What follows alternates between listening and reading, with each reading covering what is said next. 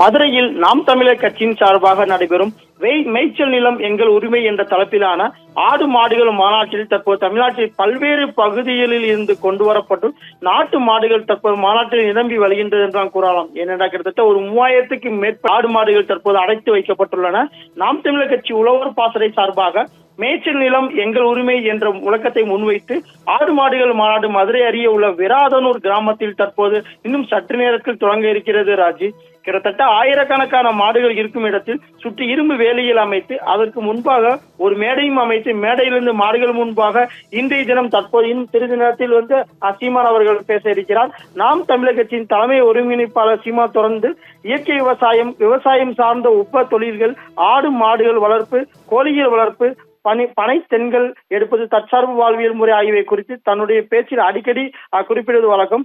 அந்த வகையில் அண்மையில் கூட திருச்செந்தூர் அருகே பனைமரம் ஏறி இலக்கியத்தோடு அதனை குடித்தும் பெரும் பரபரப்பை ஏற்படுத்தினார். இதன் தொடர்ச்சியாக தற்போது தமிழகத்தின் பல்வேறு பகுதிகளில் ஆடு மாடுகளை மேய்ப்பதற்கு வனத்துறை பல்வேறு கட்டுப்பாடுகளை விதிப்பதுடன் சில பகுதிகளில் மேய்ச்சலுக்கு விலங்குகளை அனுமதிக்காத நிலையும் தற்போது நிலவி வருகிறது. இதனால் ஆடு மாடுகள் உணவுகளுக்கு பாதிக்கப்படுவதாக அப்பகுதி மக்கள் குற்றம் சாட்டி வரும் நிலையில் கால்நடைகள் உரிமையாளருக்கு வளர்ப்பதற்கும் மிகவும் சிரமப்பட்டு வருகின்றனர்.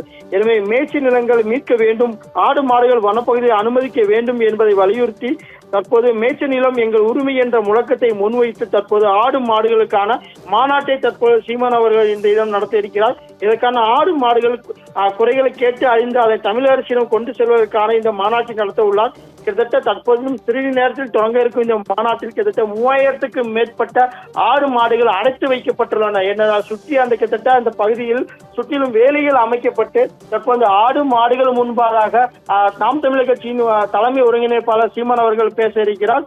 இதற்கு முதற்கட்டமாக 10 நாட்களாகவே முன்னேற்பாடாக பணிகள் நடைபெற்று வந்தன. கிட்டத்தட்ட 3000க்கும் மேற்பட்ட நாட்டு இன கிடை மாடுகள் இதில் தற்போது உள்ளே அடைத்து வைக்கப்பட்டுள்ளது. ராஜி, என்னென்றால் தொடர்ந்து பல்வேறு இதில் பார்க்கும் முக்கிய விஷயம் என்னவென்றால் தொடர்ந்து இந்த ஆடு மாடுகளை கிட்டத்தட்ட காலையில் இருந்தே நேற்று இரவு கொண்டு வரப்பட்ட இந்த 3000க்கும் மேற்பட்ட ஆடு மாடுகள் நேற்று இரவு முதலே அடைத்து வைக்கப்பட்டுள்ளன.